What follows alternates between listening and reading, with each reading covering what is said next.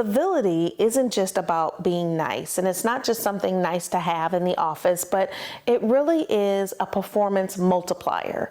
It's an opportunity for you to multiply yourself and multiply the efforts of the office simply because you are able to tap into real world results.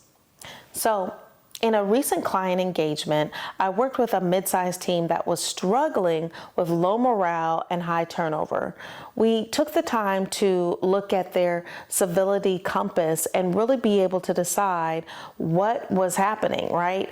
What were the key earmarks or the key items that were popping up that were causing this impact, especially when it came to the high turnover. No one in the company was staying more than a year, and we were trying to figure out, well, why? But in their particular case, the real issue and the opportunity gap was civility.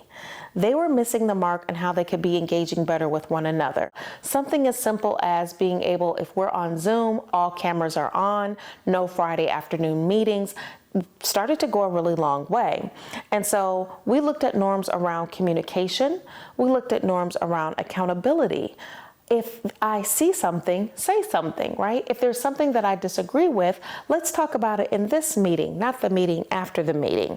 And we also talked a lot about, with the leadership tone and how their tone was coming up with engaging with the other members of the staff. So retention started to improve in like about 24% in less than 90 days, just because of starting to make these adjustments with how the team was working together.